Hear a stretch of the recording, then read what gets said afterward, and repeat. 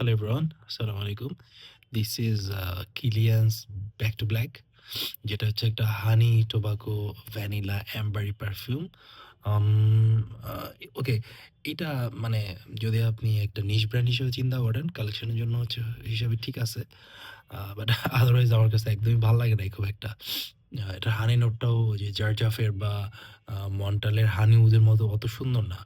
এটা হানি নোটটাও একটু কেমন যেন লাগছে আমার কাছে, খুব একটা ভালো লাগে নাই। সো ওভারঅল যদি বলি, it's a 50 milli bottle by the way.